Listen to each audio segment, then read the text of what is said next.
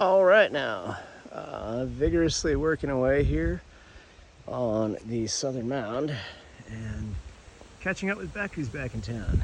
And that was really nice. I'm gonna get back at things shortly, but as we were out here taking a look at all of the scattered mess, the trap, if you will, for dropping all these trees that are still yet to be dropped,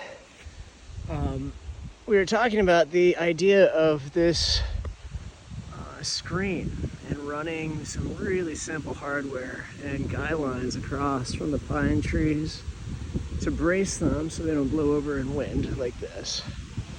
And then maybe to this one, either the cherry tree or this other pine tree, but like this is 50 feet from there to there. It's 53 feet from there to there, and 54 feet from there to there. I'm thinking that's the natural equilateral of a 50 foot by 50 foot by 50 foot. And then as such, we could have three-way projection onto screens for installation of art, which is a thought. May want to top these pine trees. We will absolutely drop all the trees around the mound so that the effigy can be really realized in its full glory. I'm trying to lay out a plan right now to expose all of the rock, obviously without scarring it up further. That's the purpose of all this wood. And so I'm going to work on getting these stumps up next, and in the process revealing as much as we can without disrupting too much of these root systems, because that would obviously compromise stuff. But our thought when Beck was here is, I kind of threw by this idea of treating it like a bonsai tree. So if we have guy wires across three as opposed to just the two, we'll have more stability to each other. And then in that process of creating a triangle of basically two, maybe three choruses, we'll be able to stabilize these trees and allow us to cut more material away from the root system to reveal the stonework, and then treat it like just really a giant bonsai art installation. So I was really stoked he was into this one. This is my newest effigy piece.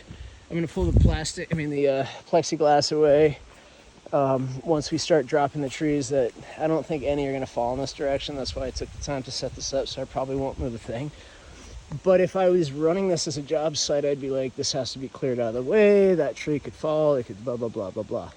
So I'm really stoked that he was getting good vibes on this, because it has a serpent effigy pointing up to the winter solstice sunrise. And this is all just getting cleaned up now as we do the restoration of the sugar house.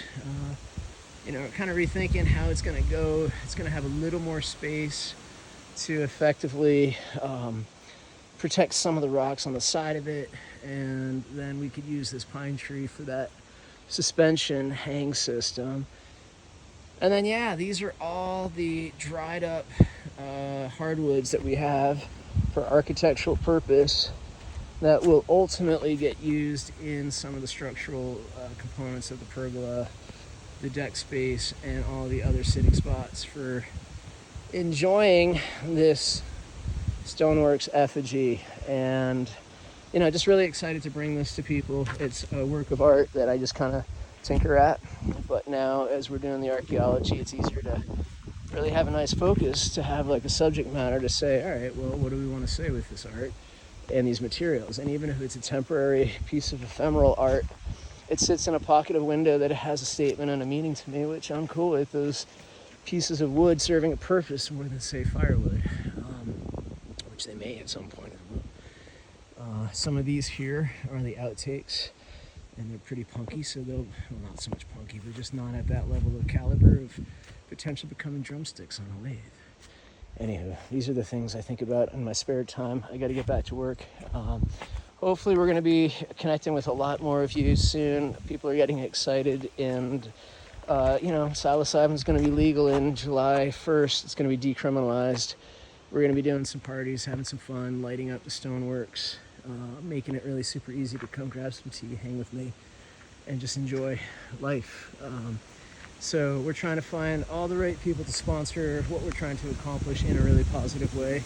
Not so much just with like, hey, your brand is going to get on a screen, or like, you know, visual installation sponsored by credit. It will. But also it's just hopefully a space where you feel like you can stop by at any given moment and just unwind.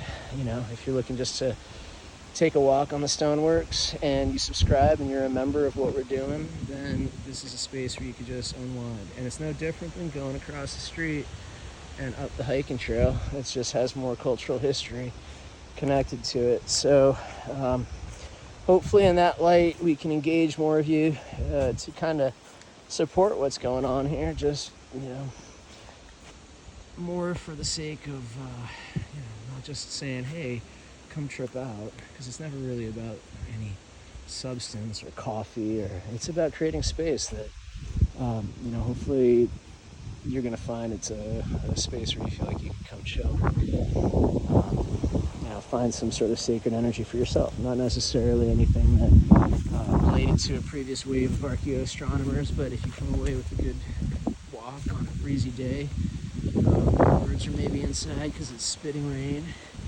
or maybe it's a nice beautiful day and the birds are chirping. It's all good. We're not going to be taking down so many trees that you can't actually hear the birds.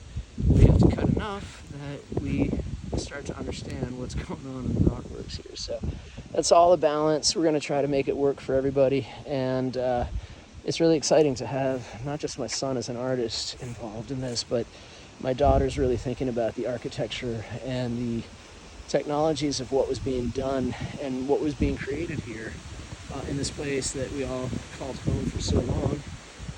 And fundamentally, you know, we called this place home because it kept us really connected to so much of what's going on here in not just Vermont, but nature, and in I think kind of a communion with some sense of what was here in the past and understanding of all the beauty that surrounds us.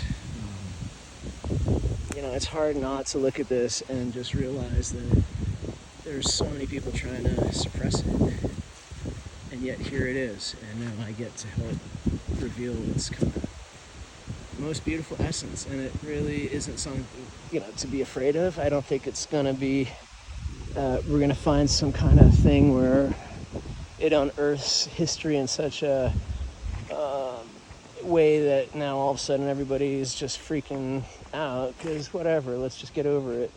The reality is this puts a whole lot of spin and reality of science behind how history is understood, and rightfully so.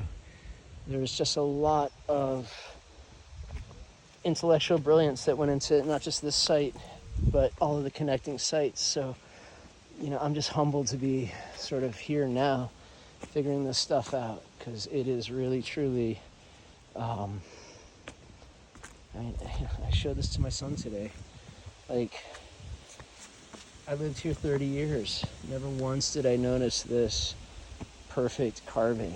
And anybody that might try to make an argument that it's natural, I would beg them to come try to prove that to me, because there is not a single thing in this universe that's going to say that, yep, these are just all natural. No engineering was going into all this. Not after all the evidence I've compiled. So that's kind of fun. And yeah.